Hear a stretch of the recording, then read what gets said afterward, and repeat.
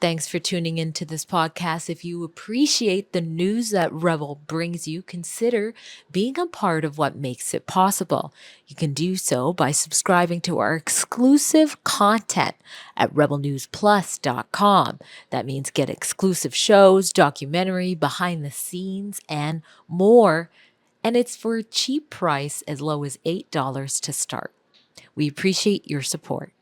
Hello, my friends. The election is on. I want to talk to you a little bit about what Rebel News is doing. I made an announcement over the weekend. I'm going to expand on that. Rebel News is going to do journalism, but I am setting up a third-party campaign group, which is separate to Rebel News, that's going to fight against the liberals hard. I'll give you the details. But first, let me invite you to become a subscriber to what we call Rebel News Plus. It's the video version of this podcast. Just go to rebelnewsplus.com, click subscribe. It's $8 a month, and you get all the video content that goes with this podcast and the satisfaction of keeping Rebel News strong. All right, here's the podcast. Tonight, we're going to battle in the election as journalists, but also as a third-party campaign group. It's March 24th, and this is the Ezra Levant Show. Shame on you, you censorious thug.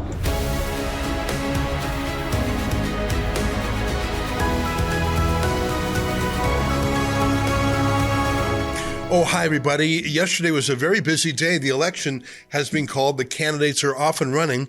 And I announced yesterday that we are going to start a project called a third-party campaign. And by we, I mean me. It's separate from Rebel News. And that's an important point. Here, let me play for you a 4-minute video where I explain it. I recorded this yesterday from home. Take a look. Oh, hi, everybody. The election is just being called on April 28th. We have 5 weeks to expose Mark Carney, to vet him, to show Canadians who he really is. A Canadian in name only who hasn't lived here in a decade. A globalist who carries 3 passports and calls himself European, not Canadian. An insider who rigged the Liberal leadership vote to disqualify his opponents and block 250,000 voters. An oligarch who pledged his loyalty to the World Economic Forum and the United Nations. And finally, a slippery banker who just weeks ago voted to move his own company from Canada to New York. So we've got our work cut out for us as journalists, but I am doing something different this time. I've set up what Elections Canada calls a third-party campaign to fight against Mark Carney directly. By registering my third-party group with Elections Canada, I can raise and spend up to $600,000 in this election. That's enough to do everything from renting billboard trucks to sending out brochures targeting different politicians to running national TV ads if we want. And the amazing thing about a third-party campaign, I've discovered, is that unlike political parties, there is no limit on how much people can donate to it. Canadians can donate a maximum of $1,750 to each registered political party, and the same towards each party's candidates. But those limits do not apply to third-party groups. So you can donate any amount. That's on top of whatever you might give to a political party. So there's going to be a lot of ads out there, including from the Conservative Party. And I have no interest in simply repeating their messages. I plan to use my third-party group to go further and harder than anything that conservatives would do, including talking about things that conservatives themselves might be squeamish about. For example, Mark Carney's close family ties with Ghislaine Maxwell. That's Jeffrey Epstein's sex trafficker. The CBC would never talk about that, and I'm not sure if even the conservatives would either, but we already are. Our billboard truck is literally in Ottawa today with that message. If you're excited about this third-party campaign idea, go to a website I've set up at forcanada.ca. That's F-O-R Canada.ca. Now, I originally didn't plan to do this. The idea came to me from the police who were interrogating me for publishing my book, The Libranos, in the 2019 election. They said all I had to do was register my book with the government and I'd be fine. And I thought that was an outrageous infringement of my freedom of speech. And I fought it in court for 5 years. I mean, that's Banana Republic stuff. But then it dawned on me. Registering in the election lets me campaign as if I were a political party, including raising and spending money. And in some ways, that gives me even more power than a political party because there are no limits on individual donors. So I'm doing it. I'm setting up a campaign group. We've got 5 weeks to stop Mark Carney. Rebel News will do important work journalistically, but this third-party group I've set up will do other work that Rebel News can't.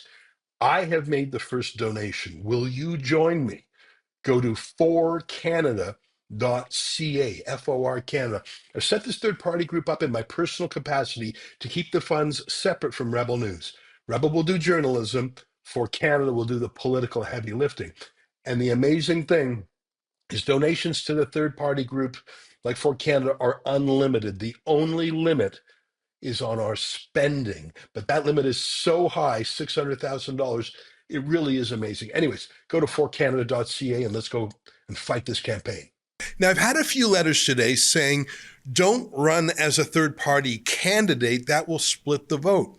Don't worry, I'm not running as a candidate. And let me explain a little bit more what third party means. In the United States, sometimes people say, oh, there's a third party candidate who's going to run. Remember, Robert F. Kennedy Jr. was considering running as a third party candidate. Historically, Ross Perot ran as a third party candidate. I absolutely understand that. In the context of a candidate, a third-party candidate typically is a vote splitter, a principled person quite often, but someone who splits the vote, someone who really has no chance. I'm not doing that. But in Canada, we call our super PACs third-party campaign groups. You probably heard the word super PAC again from the United States. That's basically a group that is unaffiliated with candidates. It's allowed to campaign. They're not running candidates. They're fighting on issues, or they're promoting or attacking a candidate or another, but they are not fielding candidates themselves. That's what we're doing. In Canada, it's called a third-party campaign group. And we studied the rules very carefully. The only reason we're considering this, as I mentioned in the video, is because of the terrible experience I went through about 5 years ago when I published the book, The Libranos, which was a legitimate journalistic act of publishing and political commentary. As you know, there were 24 books published about Justin Trudeau in the 2019 election. Mine was the only one prosecuted, the only one sentenced and fined for obvious reasons. Mine was a conservative critique of Trudeau. But when I was interrogated by the two 30-year veterans of the RCMP, they made it clear that all I had to do was submit to the government and register with the government as an author. And you might recall that clip. Here, take a look at the guy saying that. Here's this guy saying, why didn't you register with the government? Take a look. Today we're here about Rebel News Network Limited. Oh, I know that. And I'm just asking you to confirm But once that we're not done, that not a single other loving book of Trudeau is being investigated. but once we're done, if you believe that there should be complaints that are... No, because I'm not a censor like you. I'm not a bully and a censor. I'm not a bureaucrat looking to justify my budget like you. I go out and earn my living every day, fella. You call in authors to grill them about a book criticizing your boss. Think about who you are. We call the director of Rebel News Network Limited. Yeah, who happens to be the author of the book. I think there's going to be a chapter about you two fellas in the next edition.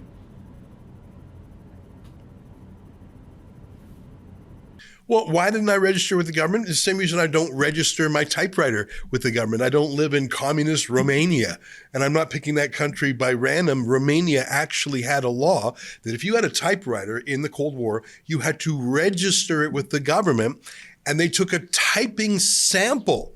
You know, those old-timey typewriters where you went ka-chunk, ka-chunk, ka-chunk, and the keys went like that. I don't know if you're old enough to remember what an old-timey typewriter was like, but every typewriter, some of the keys were just slightly twisted or tilted or out of sync. And so the way that the keys actually struck the paper were like a fingerprint. No two typewriters were identical. So if you had a typewriter in Romania, you had to take it to the police station. They would take a sample, and you were sort of licensed for that typewriter. But if they ever found samizdat, that's the Soviet word for, agitprop, anything that was a subversive publication, they would compare it to the typewriters they had on file.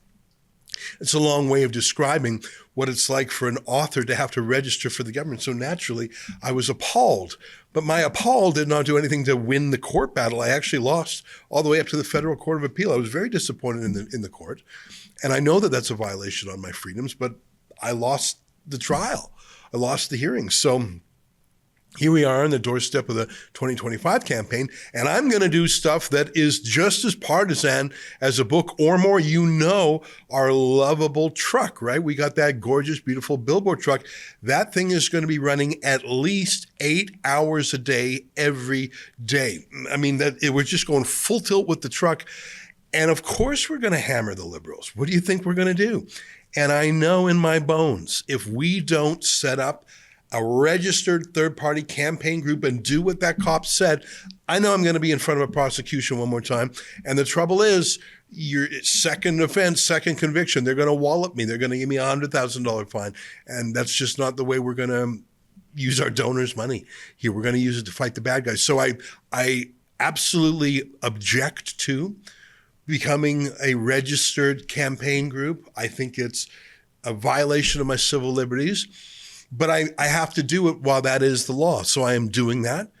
And I'm doing it in my personal capacity because I don't want to commingle Rebel News stuff. Rebel News is going to continue doing journalism. And I'm going to continue to be the boss of Rebel News. Obviously, I'm going to be a journalist with Rebel News every single day. But I have set up this group called forcanada.ca.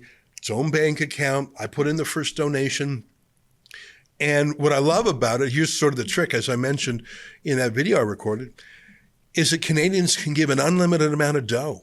So if you're wealthy enough to be able to give $1,750 to the Conservative Party or the People's Party or whatever you're doing, that's as much as you're allowed to give under law. But there is actually no limit to what you can give to a super PAC, or as they call it in Canada, third-party campaign group. So I think that's sort of awesome. So I didn't want to go down this road. I object. I'm doing it under protest. But if the government insists I set up a third-party campaign group, all right, let's get ready to rumble. I'm sort of excited about it. So I've told you the structure of it. It's just a third party. The purpose of it is to not get arrested. I can also tell you what it's not, is it is not a campaign with party candidates. So I want to let you know I am not going to split the vote by running against anybody. So there were some people who were worried about that. So what will we do? Well, first of all, we're not allowed to collude with other groups, which is fine. I have no interest in doing that.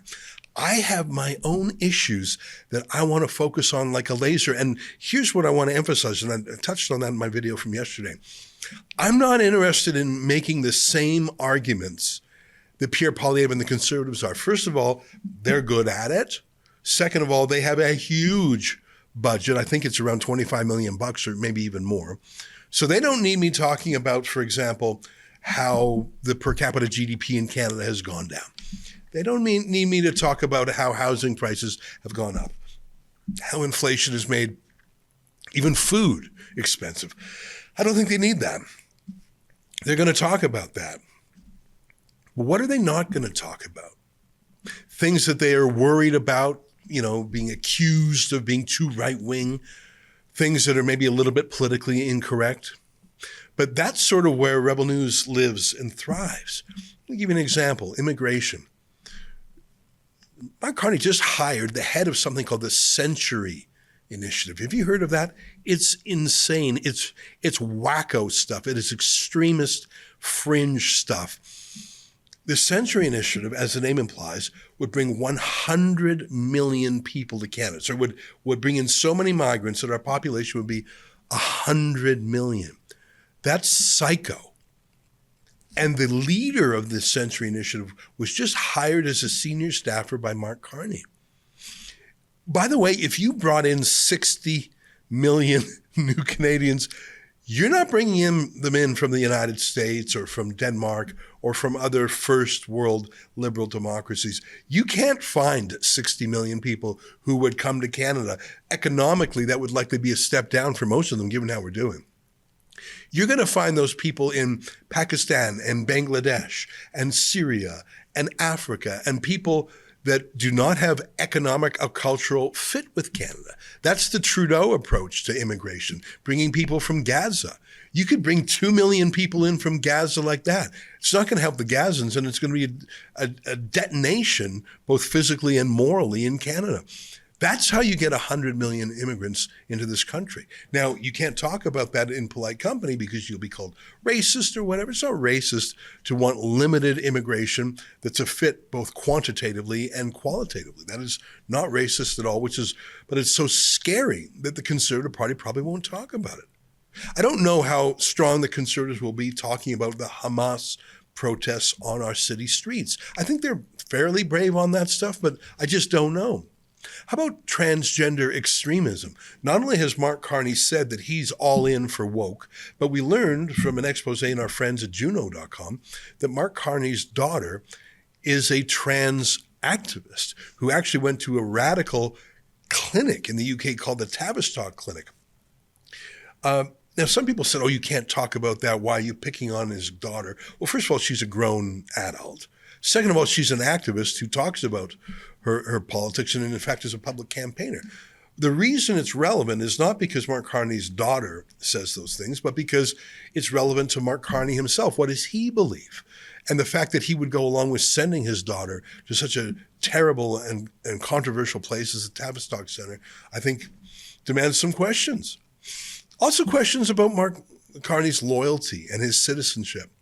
Just how many days in 2024 did he even live in Canada? Was he here for even 30 days? Why does he have an Irish citizenship? I understand the British one because he went to work for the Bank of England. But the only reason I can think of for him to get an Irish citizenship is it's some sort of tax dodge. I'd like to hear him answer that question. And I'd like to have the question put. And I'm not sure if the Conservatives would go there. I'd like to ask more about his World Economic Forum exploits. I don't think the Conservatives are going to talk that much about it because they'll be called conspiracy theorists by the CBC. I don't care what the CBC calls me. Every single year I go to the World Economic Forum and I see with my own eyes the truth of it. It's no conspiracy. In fact, the last time I saw Mark Carney was at the World Economic Forum. And I asked him who he works for. And he told me the UN. Here's a clip of that. Sorry, I don't. When you meet with the PM on climate, are you there on your own behalf, or are you there on behalf of a company law? I am the UN Special Envoy on climate action and finance. So. And what do you make? It's a bitter cold in Canada, down to minus 40s. Yeah, back home in Alberta, it was minus 40. And Guilbeault is saying go to electric cars. That doesn't work. In for a week. Well, you've got to have. Watch out. You've got to have the full. You've got to have full capacity, right? And you've got to have. You've got to. One of the things we're going to need to do. In Canada, across Canada, and this is, for the benefit of jobs in the country, is build out the grid. You can't switch before you build it out, number one.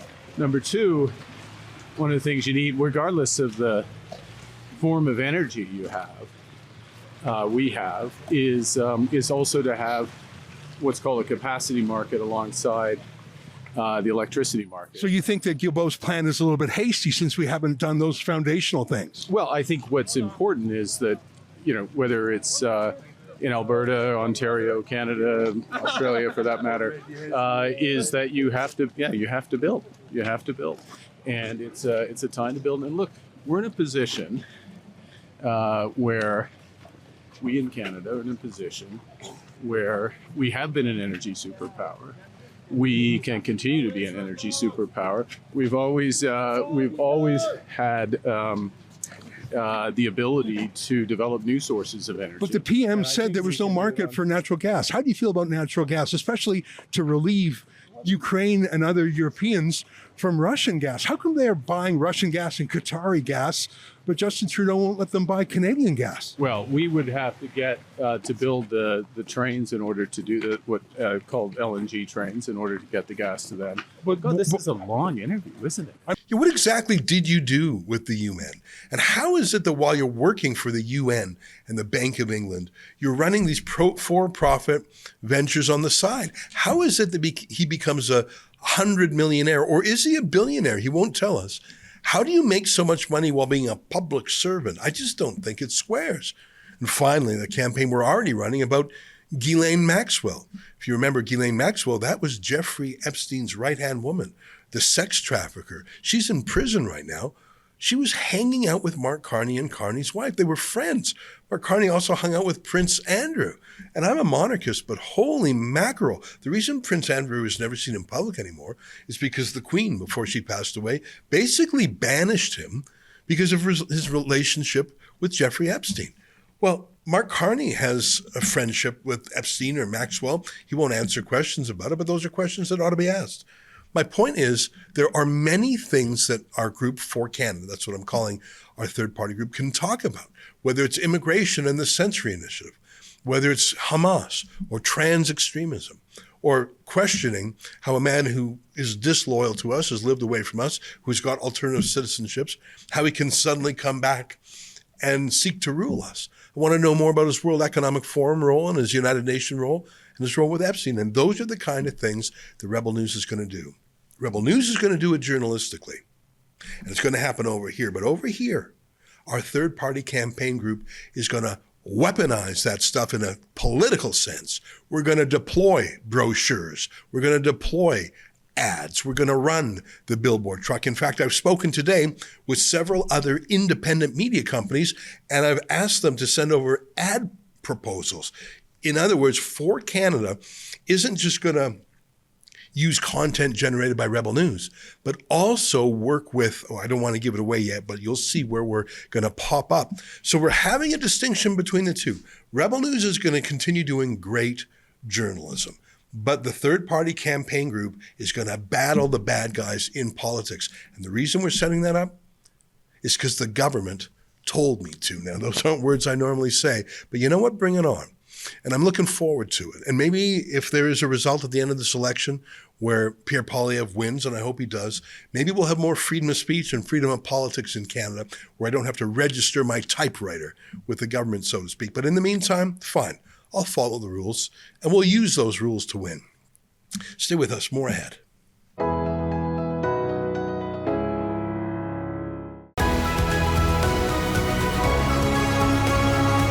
Well, big news yesterday. The election was finally called. Mark Carney going to the Governor General and requesting that the writ be dropped, as they say. Both parties, both main parties, raring to go. It's remarkable to me to see the decline of the NDP. I think people who told pollsters for the last several years that they were voting NDP, I think it was just sort of almost a public statement of how noble they were. It was a kind of virtue signaling, but in the end, when it comes down to the two real choices for Prime Minister, do you want Pierre Poilievre or do you want Mark Carney? I think a lot of that NDP vote is going to migrate over to the Liberals like it did in 2015 to put Justin Trudeau over the top. That, I think, is at least half of the reason that the gap is narrowing. Pierre Poilievre having a 20-point lead just a couple of months ago. Now it's basically all tied up. Part of that is I think Mark Carney changes it up. Anyone is better than Justin Trudeau, but I think part of it is the amazing, vanishing Jagmeet Singh. But how is the election going to go? And will Alberta have anything to do with it, really? Or is Alberta essentially written off by both parties as a place where votes can't be moved? How will Donald Trump's threats of tariffs play out? And basically, let's just chat about everything. Joining us now to talk about these things is my friend Lauren Gunter, senior columnist at the Edmonton Sun. Lauren, in a way, parties typically don't waste time in the campaign talking to people they have a lock on and talking to people they have no chance on. It's always those battleground ridings. In the U.S., they call them the battleground states. It wouldn't make a lot of sense for Pierre Poilievre to spend too much time in Calgary, for example, or for Mark Carney to spend too much time in Montreal. What are the battleground regions in the country, and what are the battleground issues? Well, let's start with the regions first. The battleground regions, to me, are the ones that they've always been over the last decade and a half. It's Quebec, Ontario, and the lower mainland of BC. Because you can almost form a government if you take Montreal, Ottawa, the Greater Toronto area, and Vancouver proper. Right. Typically, the Conservative Party, whether it's the Canadian Alliance or the Reform Party or now the Conservative Party of Canada, takes the suburbs of Vancouver.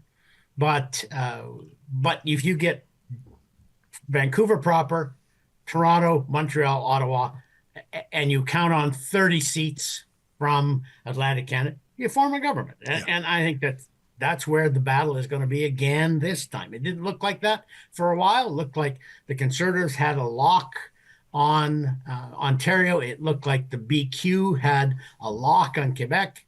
But Justin Trudeau goes, and everything that the Liberals have done for 10 years, which was completely incompetent, gets tagged to Justin Trudeau when he leaves. The whole group around Trudeau is now around Carney. These are the same brains trust that ran the economy into the ground, opened up the doors to unlimited immigration, increased crime in the country by getting rid of any restrictions on bail, basically, and on and on and on. And yet this whole election comes down to two people, Donald Trump and Justin Trudeau. Justin Trudeau, because he's gone, and the Liberals can then go to everyone and say, we wanted to do the right thing for 10 years. Yeah. We were just aching to do the right thing. But Justin Trudeau kept us from doing it. So now that he's gone, we will do all those right things. Yeah. And a lot of Ontario, and it seems like Montreal area Quebec voters are going, okay, that sounds good to us. Yeah. So it just perplexes me. I am a fan of in NFL football. I'm a fan of the Dallas Cowboys, and for 20 years they have not lived up to their promise. And I go every week, and I hope in front of my TV, and I hope that they're going to get better. And now I'm starting to feel exactly the same way about the Conservative Party of Canada. Everything conspires against them. In this case, Donald Trump has come out with his preposterous, totally, utterly preposterous tariff threats, and his insults at Canada. Like I cannot believe. It's a very nasty country up there. They're very nasty. They're hard to deal with. Yeah, well, wouldn't that be a good thing if in trade negotiations we were tough to deal with? But I'm not sure we are. Yeah. The last time we had trade talks with the Trump administration, we tried to throw in Indigenous issues and gender equity as two things in a trade deal. That doesn't make us nasty. I think it makes us naive. Yeah. But I think you've come down to Justin Trudeau is gone, and much of the country is really worried that Donald Trump means it when he says he's going to annex Canada. And so they're now deciding who would be best to stop him from doing that, Pierre Poilievre or Mark Carney. So it's a false issue, but that's at this point what is driving the agenda in the election. It could change over the next 5 weeks, but right now, as of day one or day two, it's the annexation and the absence of Justin Trudeau. And I am saddened for the prospects of the Conservative Party. I tell you, just a couple months ago, it looked like a supermajority. I mean, it looked like the Liberals wouldn't have a seat really west of Ontario, maybe one or two. And it was a pleasure to see Pierre Poilievre talking about fairly strong Conservative ideas in Toronto, in places, and just getting huge crowds. And I think that's been taken away. I think you're right. People are afraid. I mean, Donald Trump has that Manhattan brawler style. He gives people nicknames they don't like. He yanks their chain. And most of it's for banter. But I think Canadians aren't used to it. I think some Canadians, it revives an ancient anti-Americanism that frankly goes back to the founding of our country. I think our Trump derangement syndrome media magnify it.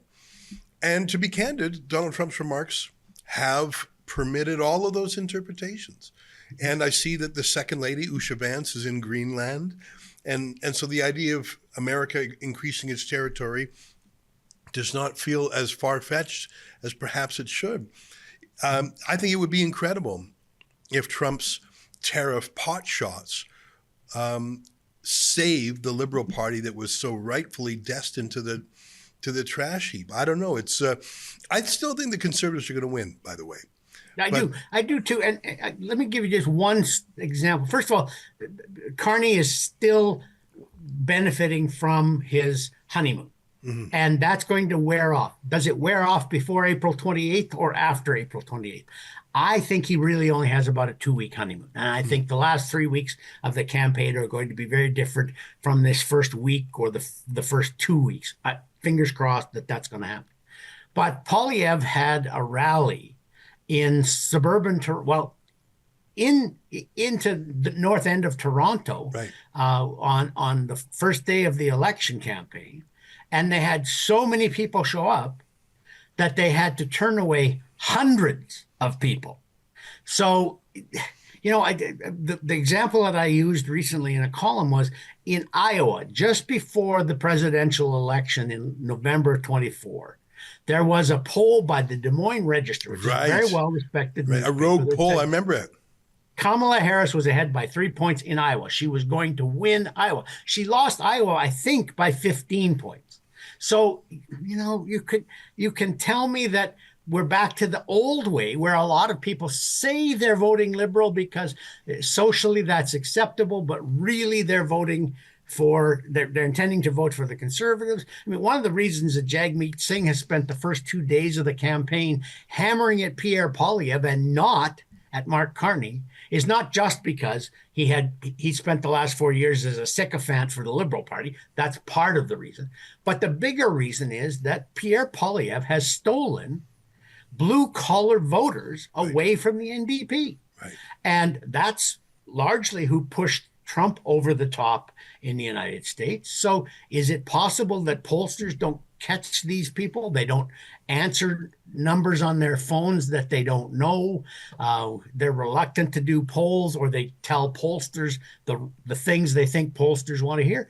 Yeah. So is it possible that instead of like a 2 or 3 point gap in favor of the Conservatives at the moment, we're closer actually to a 6 to 7 or 8 point gap? Yes, I think so. But we'll know much better after Mark Carney has had to stand up in public and answer a lot of questions. I know he's not popular with the Parliamentary Press Gallery, which is kind of funny. Right. Because, of course, on one level, they're all so excited that he's there. It says, you remember the initial response from the media in the United States, the legacy media in the United States, when Kamala Harris took over from Joe Biden? It was like, oh, phew, relief. Oh, thank goodness. Absolute she's relief. So wonderful. Oh, she's one of the most caustic politicians I can remember in the last 10 or 15 years. And yet she had this, wow, we're all about joy. Yeah. We're just the campaign of joy. Yeah. And the American media lapped that up. ABC did the first and only presidential debate. It was so biased. Like you and I have complained lots of times about the Star and the Globe and the CBC and CTV increasingly now, which is just a mouthpiece for the Liberal Party. I had never seen bias like I saw those first 6 weeks after Kamala Harris replaced Joe Biden. Like, never seen that kind of bias. They were so excited that there was somebody who might beat Trump that they didn't care how biased they were. Right. And I think we're seeing some of that now. Like this whole idea that Trump can annex Canada.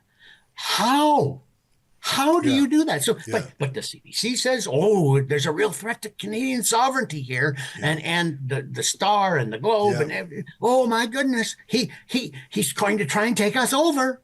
Well, until he starts to amass divisions on the southern border, there's nothing they can do about this. There is no legal body in the world he can go to apply for annexation of Canada. We would have to have a referendum where we overwhelmingly voted to ask to join the United States. Well, he has ticked off Canadians so much that a referendum right now would be 70, 75%, 80%, maybe more. No. Yeah. So there is no way we're going to get annexed, but they play right into this liberal fear-mongering stuff by saying, oh, please don't annex us, Mr. Trump. And it's ridiculous. You know, I see in the news that Mark Carney says he's not rushing to meet with Trump, but I also see that he has requested a conversation with Trump, and again, this is all just secondhand reports, that Trump has declined the meeting until the election is over, which makes some sense, by the way. I mean, that's typically the way it's done. Yeah. I mean, why? First of all, why would you negotiate in the middle of the campaign?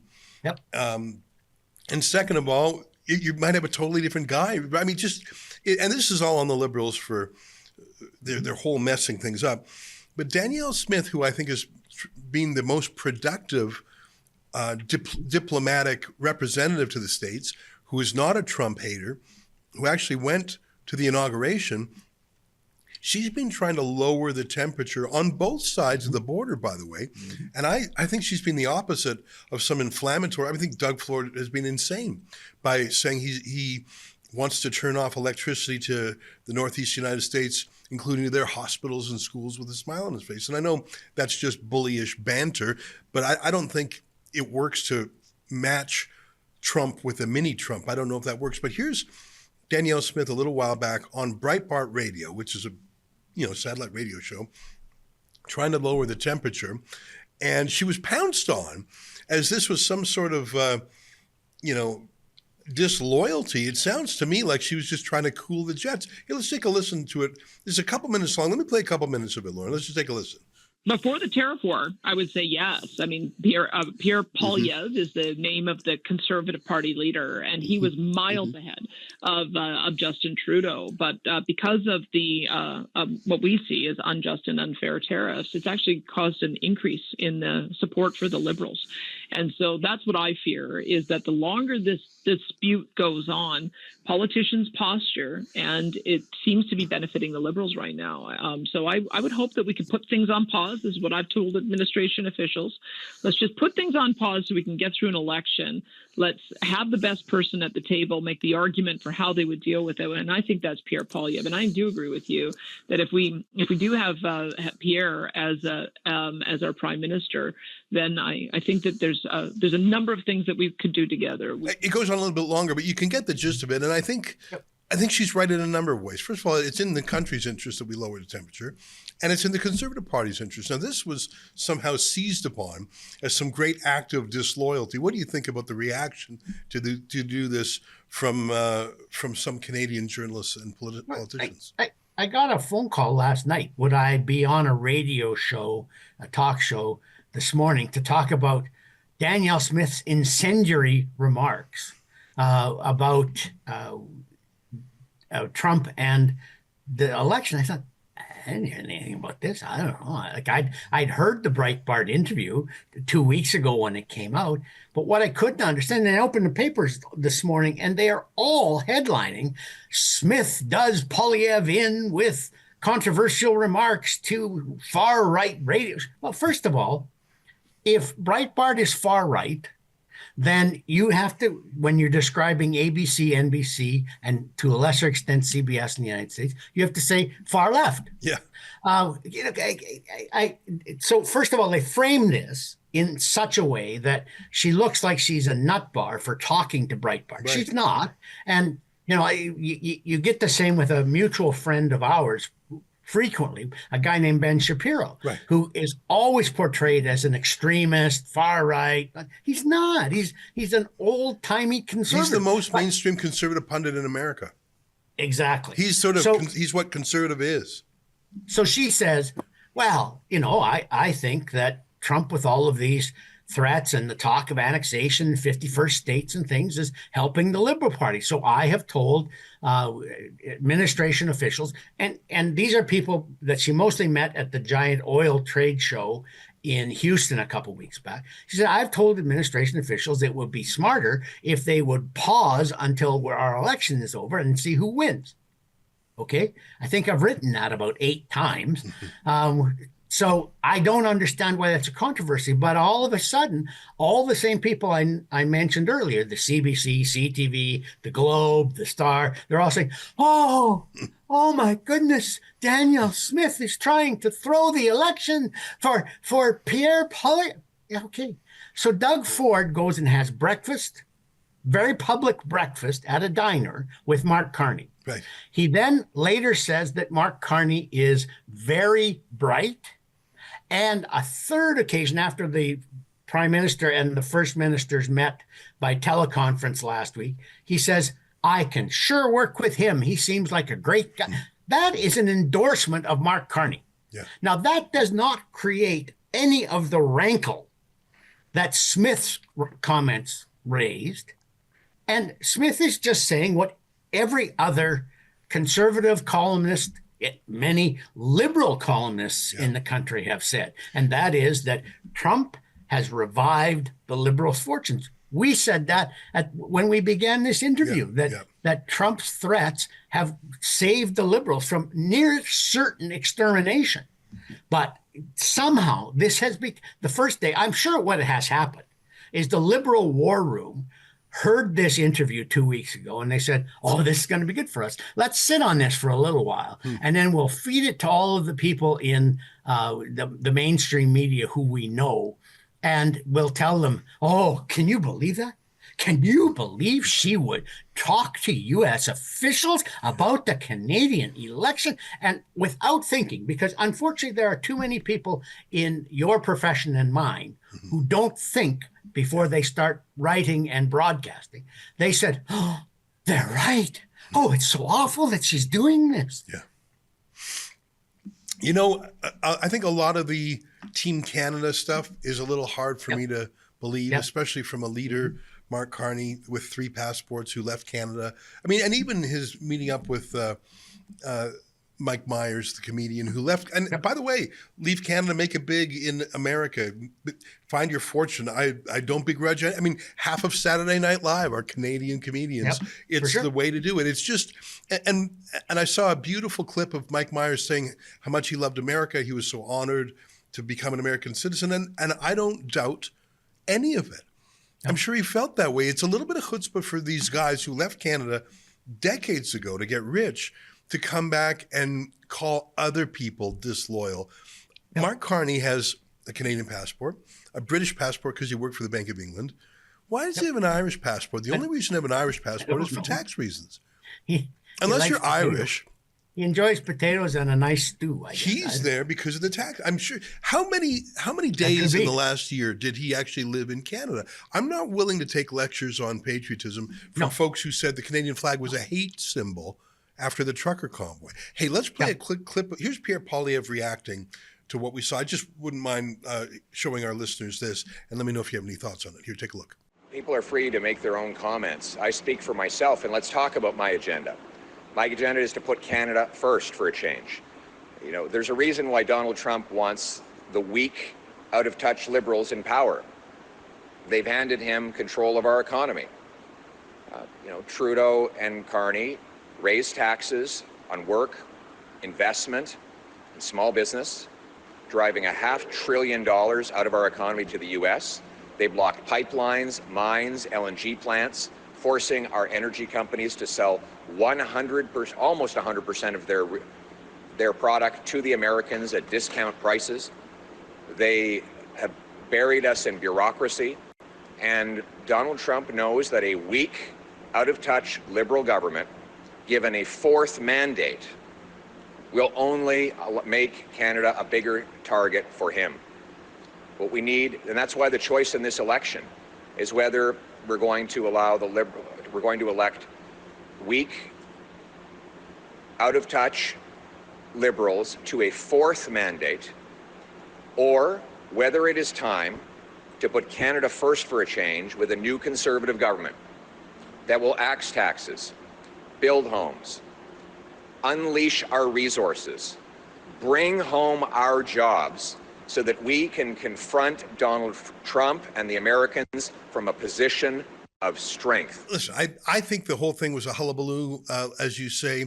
I think Danielle Smith, who's very popular at home, is useful to bash around in that Ottawa, Toronto, Montreal triangle. I saw Danielle Smith just had the largest ever fundraising dinners in her province. And you might say that's not reflective of the ordinary person, but I think certainly reflective of her own party, which recently gave her 91% support.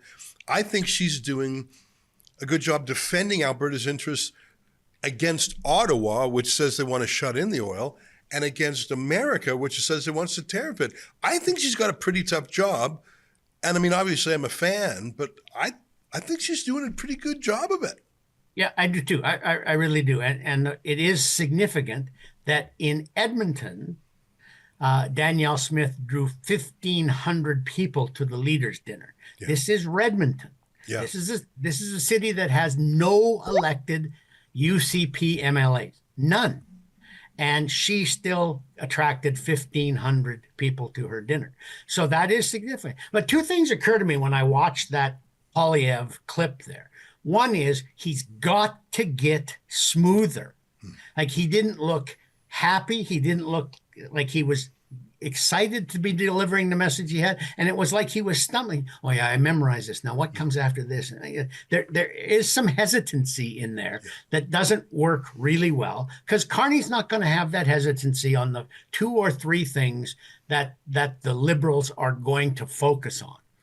Yeah. But the other thing that occurs to me is that we have been almost 3 months, certainly since Christmas time, I think, without hearing from Poilievre much. There really wasn't much he could do because the Liberals shut down Parliament. And when you are the leader of the opposition and you don't have daily question period to go after the government, there you can hold rallies, but if the newspapers and radio and TV stations don't send their reporters, there's really not much you can do about that.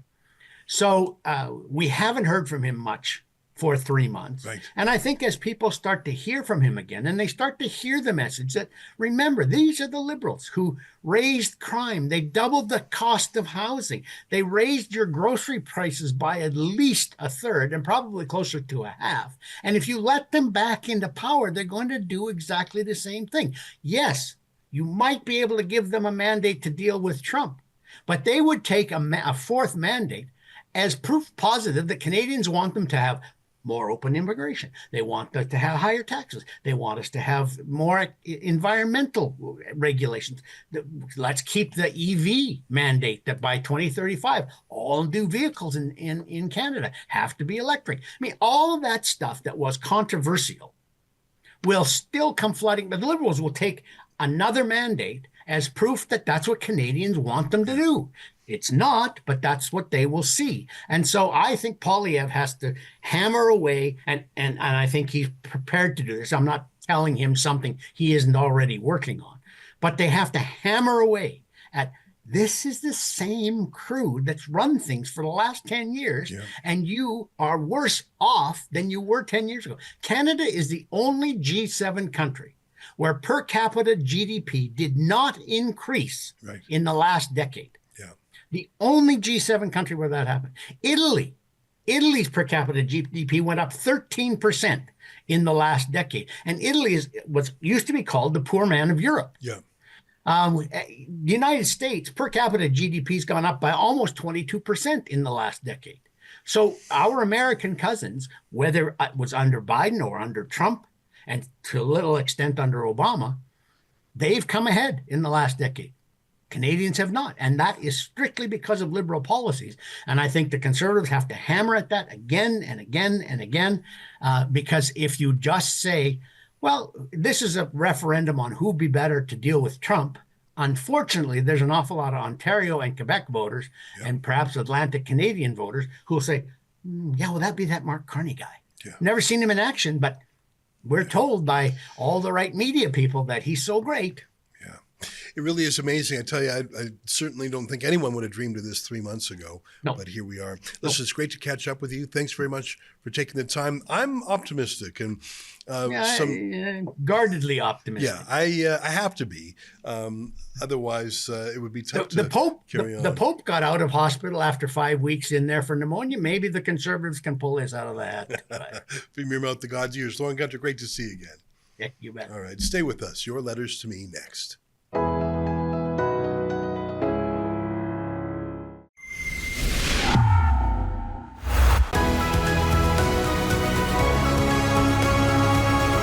Hey, welcome back. Your letters to me on Mark Carney and launching our For Canada campaign. Joyce Kuttner says, go get him, Ezra. Liz Truss said a lot about Mark Carnage. He ruined the British economy, and he will do the same to Canada.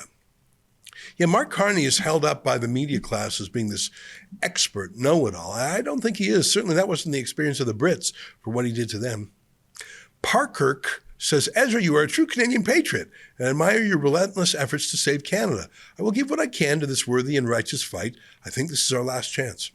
Well, thanks very much. You know, it's sort of new to me to set up a campaign group like this. I don't know if you know, but about 25 years ago, I ran as a political candidate just for a few weeks before I stepped aside for Stephen Harper. So I did have a political past. I'm talking when I was 29 years old, and it was super fun. So it's sort of like old times getting back into it now. Fancy Nancy says, I just made my donation. You guys must put some screenshots from his book on that billboard where he says the West is morally rotten. Hey, that is a great idea. Thank you very much for that. We're just gearing up. We're just giving her.